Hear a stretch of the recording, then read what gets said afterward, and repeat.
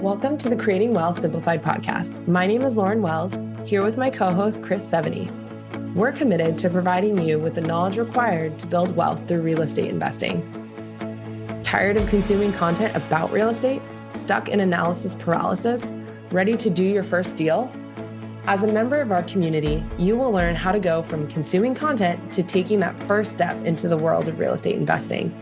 Our show is not about getting rich quick, but about providing you with the knowledge you need to take action. Join us as we speak with experienced investors who share action tips on how to escape the corporate world, start a thriving side hustle in the world of real estate, and go beyond your W-2 or 401k.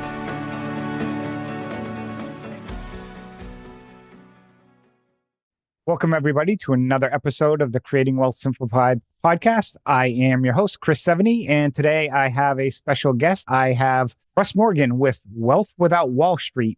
And a little bit about them. Wealth Without Wall Street is an online community that seeks to re-educate business owners and families and how money truly works. Their goal is to teach people how to enhance savings, increase cash flow, and create passive income, all without the help of Wall Street.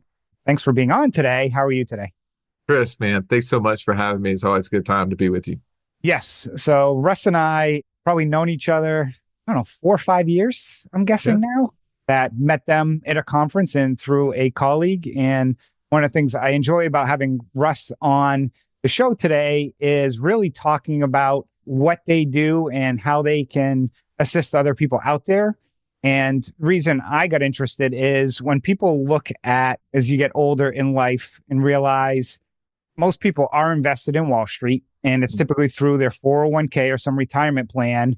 You realize as you start getting older, that's not going to get you where you need it to be or where you want it to be. So you got to start looking at alternatives. And Russ and his partner, Joey, created fabulous programs, education, content, recently just wrote a book. So I'll let you talk a little bit more about that, Russ.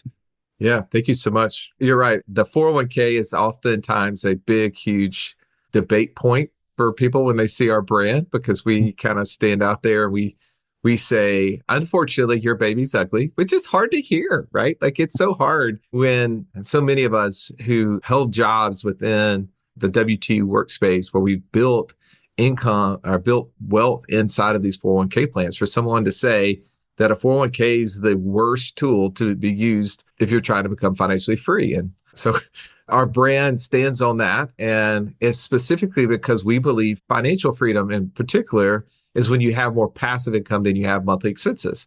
And so every single thing that we look at of what you're doing with money has to go through that lens. And if you're not getting closer to financial freedom, I mean, if you're not building a passive income stream, if you're not reducing a monthly expense with what you're doing with money, then you're inherently getting further away from what you say you want.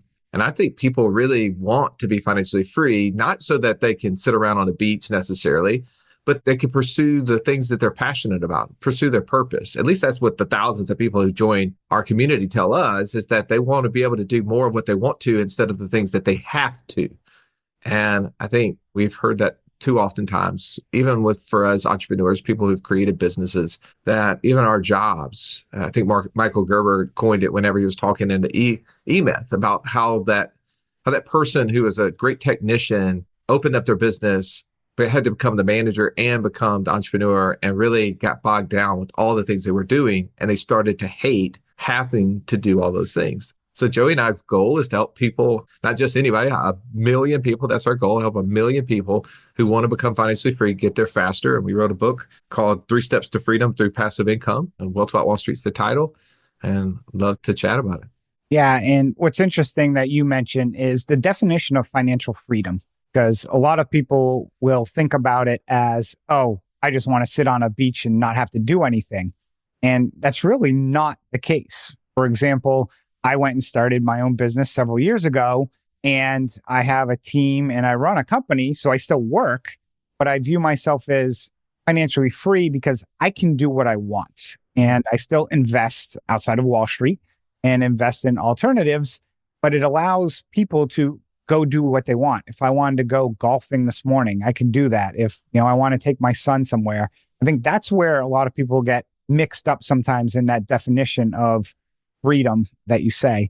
So tell us a little bit more about Wealth Without Wall Street. You mentioned that 401k is the enemy, enemy of the state. But tell us a little bit more about the group and what it is that you do. Yeah, I'm going to touch on really quickly. I feel like I'm like one of the presidential candidates in a debate that, it's like, I know you asked me this question. I'm going back to the other question, right? So you mentioned something that we actually put in the book, and that was around the concept of an ideal day. I think too often times we picture what financial freedom would look like, and we imagine the day or week that we've spent in the past, and we go, oh, that would be amazing, right? That if I could just go back to that location, go back to that situation, I would enjoy that forever. And while going to the beach or taking our kids to go do A, B, or C, or us going and playing golf or whatever, those typically have great memories and they're ideal days, but it's not an ideal lifestyle. And I think there's a difference. We talk about that in the book, the difference between an ideal lifestyle and an ideal day. Because sometimes the things that you enjoy doing once, you might not enjoy doing it every single day. Imagine playing golf every single day. That would get a little bit old, right? I mean, I've been around some professional golfers. They tell me that gets old, right? I mean, now they get paid really well for it, and we wouldn't get paid for it. So I think it would get old. And I think that that's the objective, right? Is to figure out what our ideal lifestyle would be so that then we could build our processes and system to get us closer to being able to spend more time doing that thing. Now, what does Wealth Without Wall Street do? What does it live for? Well, it is intended to really uncover and highlight a lot of the miscommunications or myths that exist in the financial industry. One, because Joey and I come from the financial markets, right? So he worked at a big bank, worked in the mortgage industry. I was a certified financial planner, worked in the financial advisory space. So all of the things that we kind of rail on, we do it honestly, knowing that we were a part of that problem early on. And we look at to see like, what are the things that people are doing with money that's not getting them any closer? Like one of the things we say a lot is that the biggest obstacle to becoming financially free, Chris, is lack of access to cash. I mean, I could have as many good deals. I mean, lifetime deals come around twice a week, right? Like a deal of a lifetime literally comes around twice a week, but most people don't see them because they don't have access to cash. They don't even know, they're not even looking. So it just passes right past their nose. We learned that through a process called infinite banking. It was something that I literally fell headfirst into at a conference, didn't know what I was doing. I met the author of the book. He happened to be living in my hometown. So when I got back to Birmingham, Alabama was where I lived, I looked him up. I spent 10 years basically being mentored by him, understanding how do I unlock my cash, get it in a place I can control it. And then the thing that we started doing is realizing that once we had access to cash, then we needed to become a better investor. I think it's Kiyosaki who says that there's no good or bad investments. There's just good and bad investors. And I didn't know how to be a good investor. You would think, oh, Russ, you're a certified financial planner. You spent all this time in investing in the markets. You should be an excellent investor. Well, I knew how to read charts. I knew how to read and determine between alpha, beta, and standard deviation, and to be able to look and see the tenure of the fund manager on the project. But I mean, outside of that, I really didn't know a whole lot. And I specifically didn't know what to do with money. I had no idea how to buy notes or really have investment real estate or to really own businesses that could be passive income streams. And I had to start learning. And so we interviewed guys like yourself on the podcast, and we've done now, 550 or 560 episodes. And through that process, we learned that there's so many different ways to build passive income. And not every way was intended for me to do. So we built out this process called the investor DNA. We talk about that in our book as well, of how God uniquely made each one of us and that we can see the world through that certain lens. And so then we go and analyze the different types of deals that are out there based upon our personality styles, the way that things we'd like, things we wouldn't like, the key factors are going to be included.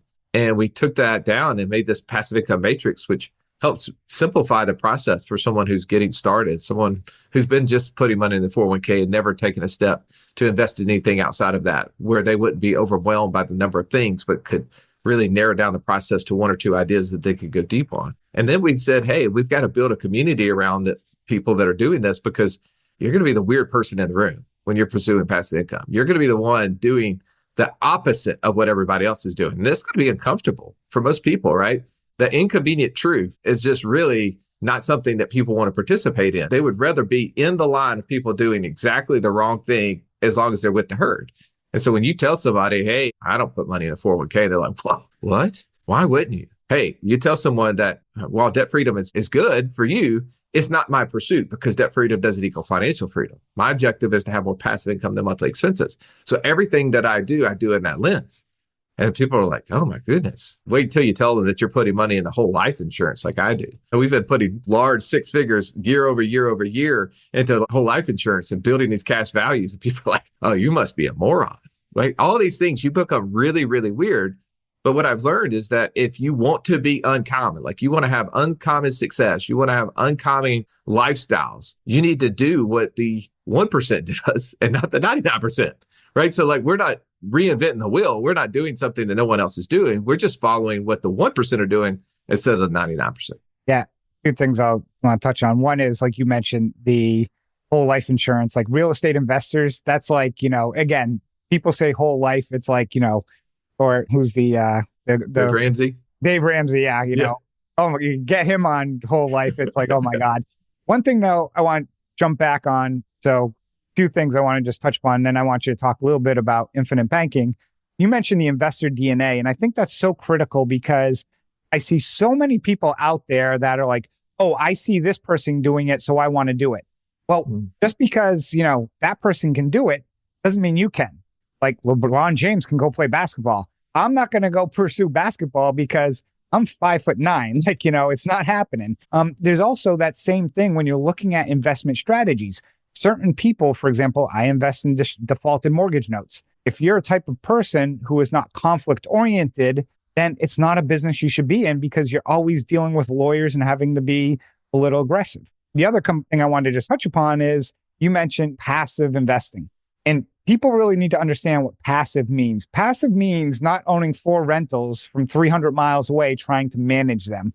I think people really misconstrued what passive investing means compared to you're an active investor investing in, again, I'm just going to use real estate as an example, but passive investing means somebody else is doing all the work for you. Well, that's how I define it anyways. But I just wanted to make those comments and then jump back a little bit to let people know a little bit more about infinite banking, because it is one of those things that the media never talks about because everyone always wants you to put your money in a 401k. Yeah, I will touch on the passive investing thing.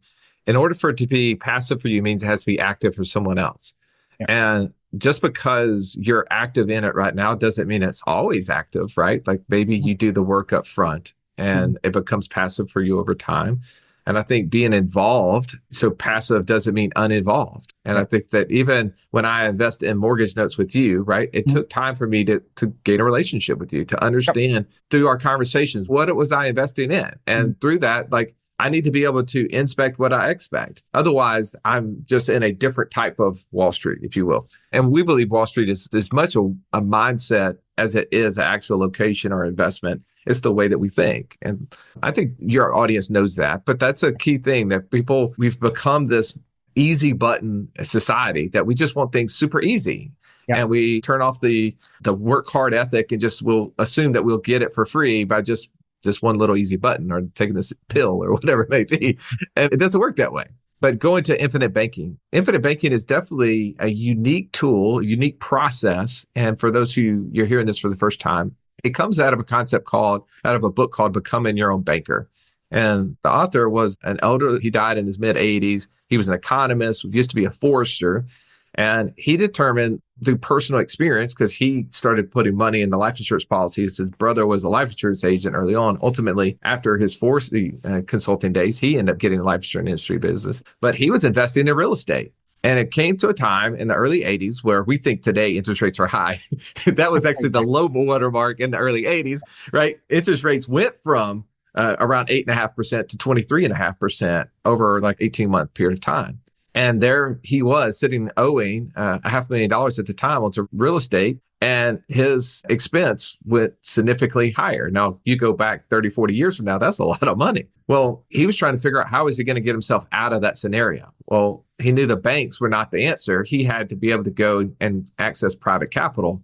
Well, he realized that he'd been putting large amounts of money in standards relationship to his income into life insurance cash values, which operate very similar to equity in a house, meaning I make a premium payment on insurance policy. It's like making a principal payment on a mortgage. I'm building up equity. Difference is you're building it in a life insurance contract as compared to a home.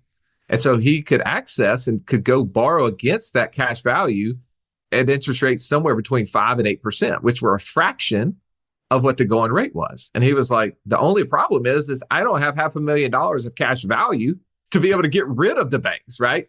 Yeah. He only had a portion of that.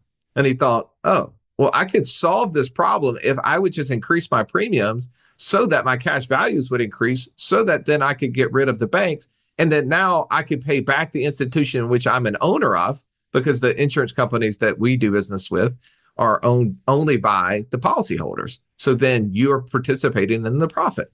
And so the idea of infinite banking starts out of this idea that we all have a need for cash, that we finance everything we buy, whether we pay cash, we borrow someone else's money. We're always dealing with borrowed money. And the difference is who controls that function? Who's the banker in your life? I started implementing this into my life back in 2009. I saw firsthand like this going through. I'll give you an example if it's okay. My wife was a dentist. She actually opened her dental practice December 28th of 2008. And we were sitting there borrowing $750,000 to do the whole build out, to buy all the equipment. I mean, it's expensive to start a dental practice. And we went to Bank of America, number one dental lender out there. And her father at the time, we had a large amount of cash sitting in the bank because we had just went through the crash. And we had liquidated his accounts. So we had all these stop losses on different account stocks that he had. And he's sitting there in cash. And I'm reading this book called Becoming Your Banker that says that the banks take your money and they lend it out to people and they earn the difference in the middle. And he said, oftentimes they lend it out to you or someone that you know with your own money, but yet they only give you a percentage of what they're earning. And I was like, this is happening right now. My father-in-law is sitting here with large seven figures sitting in a checking account earning 0.5% maybe. And here's my wife paying 7.95% on this dental loan debt. And I thought, wow, all we have to do is cut out the middleman in this transaction. And so I went to my father-in-law and I said, what if I could guarantee you a 7.95% return on your money? Mm-hmm. He said, guaranteed? I said, guaranteed, less than a 1% default rate. And I said, by the way, you'll like the borrower. He's like, who is it? I said, it's your daughter. He said, what do you mean? I said, all we're going to do is take the money out of this account. We're going to pay off Bank of America, in essence, refinance the debt. Yep. And she's going to now pay you that payment that she's making, that's a couple $6,000, whatever it was a month. And she's going to make it to you for the next 15 years instead of Bank of America. He goes, we can do that? I was like, absolutely, we can do that. Yep. And so we did it. I mean, she actually ended up selling her practice 10 years later, but we had to pay off the rest afterwards. But that was the start of becoming your own banker. And all we did was take that cash and we bought insurance policies. He actually insured my wife because if she would have died, that would have been a risk to him, right? So he insured her. He used that cash value to buy property, investment property with us. We've done all sort of different deals together. And I started doing the same thing. I just started putting my capital into it. I started growing my cash. And now Joey and I, for the last, 4 years now, we've been showing our personal passive income report. And it's gone from $2,400 a month when we first started back in July of 2020 to, I think this past month, we showed like $58,000 a month in passive income. And all of that is a result of us borrowing against our cash values and investing in assets and taking those cash values and replenishing the loans against those cash values at the insurance company. We hope you're enjoying this episode of Creating Wealth Simplified. We wanted to take a moment and tell you more about our passive income fund at 7E, which is open to both accredited and non-accredited investors. Our latest offering targets an 8% annual return distributed monthly with the ability to potentially achieve a greater return through our bonus share program. If you'd like more information, reach out to us at invest@70investments.com to learn more. Thank you. Yeah. And one thing that you mentioned for people listening is you mentioned it kind of acts a little bit like a house in the sense of if I put $100,000 in a policy, and please correct me if I'm wrong, I can borrow $80,000. The insurance policy still shows it at $100,000. So the insurance policy is still accruing its own interest, or it's growing based on the 100,000, even though I pulled 80 out, which, I'm paying 5% interest on it. But more than likely, if you're going to invest it, you should be making more than 5% on that investment. I think that's one of the key features of this is even though you pull the money out, that basis, just like your house, if you pull more equity out of your house, your house continues to grow based off of its value. Insurance works that same way, correct? You're exactly right. Like that's the unique part about this is that ultimately we win by not losing, right? Like if we can keep our money, we talked about Dave Ramsey, right? He hates whole life insurance, but what does he talk about? He gives this analogy of a debt snowball, right? As we start paying off one small debt to a bigger debt, so forth. Well, what we do within the banking concept is we create a cash snowball. We get our cash constantly growing, getting bigger and bigger and bigger as it goes. And to your point, instead of withdrawing cash, which is immediately ends the interest earnings on the money, which makes the snowball no longer be able to be rolled down the hill. The way that we are doing this, we're actually using the cash value as collateral, allowing our snowball to continue to grow and get bigger.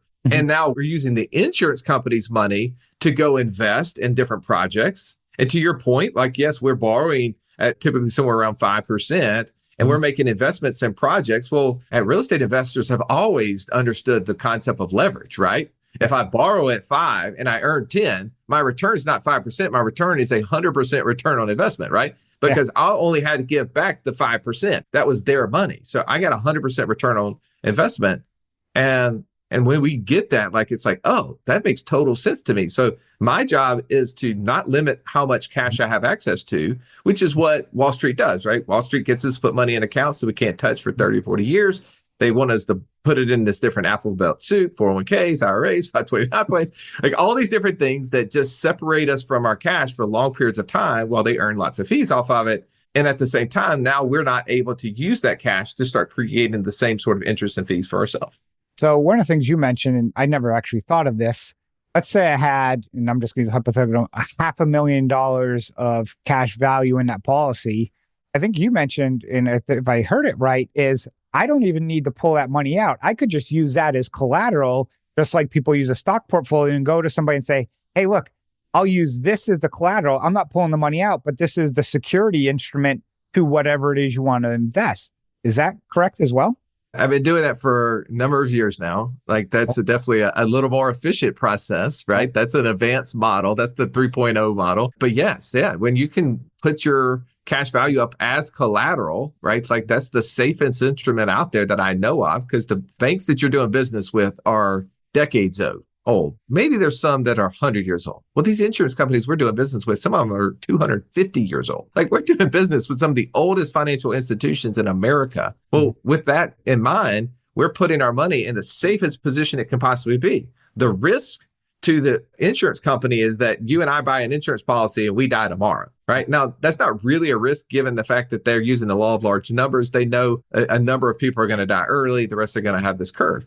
But as we borrow against our cash value, if we go to them and borrow it, all they're doing is reducing our death benefit. Yep. So if you had $1 million death benefit, you took $500,000 of cash out. Now, those numbers wouldn't actually be that way, but that's their death benefit requirement to pay your beneficiaries would be $500,000.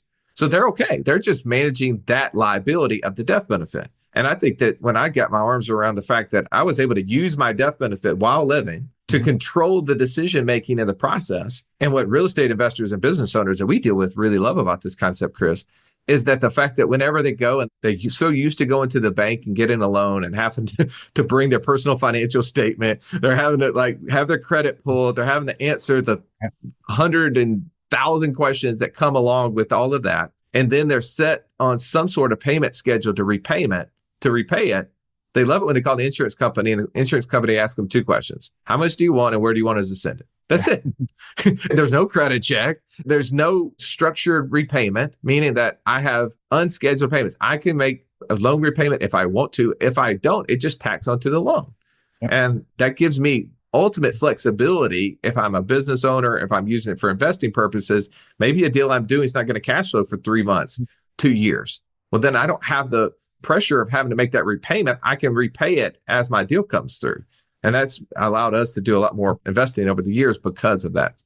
Yeah. And one thing that, and again, I know a lot of people out there, including myself, we all have egos, but I can tell you pretty much a guarantee is none of us are getting off this planet alive. And if you have life insurance, now eventually that check is going to have to get cashed. It's my understanding, my father passed away several years ago, life insurance is not taxed, correct? So if I get a check cut, the policy, something happens to me, my wife would get a check cut to her that would, I believe it's excluded from like any type of probate or anything like that, but also it's not taxed. So it is not subject to federal income tax. Okay. Now, it could, and depending on how it's structured, right, and how it's owned, could fall within the estate of the owner of the contract. But I think we're at like 11.5 million or something like that individual estate gift limit. So for most people, they're not following in that. So yeah, to your point, most of the time, the income, the money from the proceeds from the insurance company are not taxed, which is one of the things that was interesting to me. Again, another reason why I rail on the 401k, my CPA, usually CPAs are heavily pro 401ks and IRAs because they love the tax reduction that 1 year, right? The year in which you contributed. They go blind into what's going to happen in the future. But one of the things that my CPA has said to me is like, man, every single client I've ever had who died with a 401k, I realized that is absolutely the worst instrument to own when you die. And I was like, I pretty much know what you're saying, but tell me why. He said, well, not only does the people who inherit the 401k, do they have to pay federal income tax as they get that money, right? And oftentimes, if the person who's been putting money in there and the people that are inherited have been doing a good job, that's 45% of it going out. He said, but if the person who owned the 401k really had a lot of money, then they're going to pay their 40 or 50% in estate tax. So both of those things. He said, so he's seen scenarios where the beneficiaries got as little as 5 or 10% of the actual account balance because of both federal income tax and estate tax being taken out of a 401k. And I think that's a real issue. And that as we are trying to build this thing of what we want, and if we really want to build generational wealth, we need to, what we like to say is build a moat around our safest asset. Like back in the old days, the castles, they put this big moat around it, right? To protect you from all the outsiders, the people that were coming and try to rob and thieve what you have built. Well, I mean, there's so many different things that come at us, from creditors to governments to market losses and so on, that we need to build a moat around our safest assets, which are cash. And so it's just one of the many, many, many reasons why we love this tool. And we believe it is a tool, right? It's not something to be sit on the shelf and just will automatically give us all these benefits. No, we use it. And the better we are at using it, the more successful we are in the results. One thing I just want to add to the podcast is neither Russ nor I are CPAs, and we're not providing legal, tax, or any type of investment advice. Just gotta throw that out there. 100%. Yeah. Well, I'm so used to doing it on webinars. It's like, okay, always gonna throw that catch-all, out there and stuff. And one of the things you mentioned about this, because sometimes it can be people seem to have opinions on everything, joke about opinions, is you mentioned it's a tool. The more you use it, the better you are at it. It's just like any investment strategy. You don't want to have just one tool in your toolbox. You want to have multiple tools in your toolbox. But this is an avenue that it's very different. It's very unique. And it's very intriguing because it allows you to do things and grow wealth differently than you can in most other investments. Wanted to make that comment as well. Yeah, I agree with that. As we wrap up this episode, Russ, how can people learn more about Wealth Without Wall Street? Where can they find you? Where can they get more information about you? Yeah. If you go to wealthwithoutwallstreet.com/wealth simplified, right? So we want to make that easy for your podcast listeners. So wealthwithoutwallstreet.com/wealth simplified.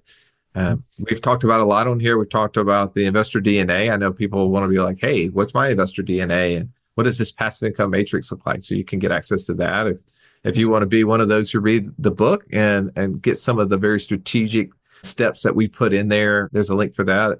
As well as sometimes people want to get on a call and they want to ask questions around infinite banking, for instance, or how do I join your community? Just give a free call link in there. So that way you can talk to one of our coaches. At 90% of our coaches, Chris, actually are former clients. It's people that were doing what they loved and having a lot of success in it. But they realized it wasn't their exact purpose. They felt more called to help other people become financially free like they had become financially free. So we have former CFOs, former pilot, people that were in the medical industry, a pastor. I mean, we have so many people that are on our team now, and they all were former clients And so you'll be talking to one of them. And a lot of times those conversations revolve around how did they get into this? What was those first steps? Because I know early on, it's like, what should I do first? Right? Like, what's my right next thing? Yeah. And I think one of your people was a mortgage-backed securities guy who I met at the conference, and I'm talking with him and he's teaching me stuff. And I'm sitting there like, wow, this is awesome. Learning more about my business and about infinite banking as well. That's right. Well, Russ, thanks for having you on today. People listening, all of this will be in the show notes as well. And I definitely recommend taking advantage of that investor DNA and really understanding and looking into this. And, Russ and Joey have built a very large membership and group of people with a lot of education in this to try and help you, again, grow your wealth throughout Wall Street. So, Russ, thanks for coming on today. And thank you all for listening. Thanks for having me.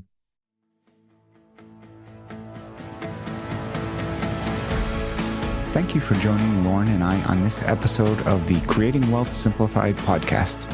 Each week, we bring you expert education, experience, and information in a digestible format to help you identify investment opportunities so you can build wealth through real estate and take action toward your financial goals. Enjoy the show, share with a friend, or subscribe to the show and leave us a review.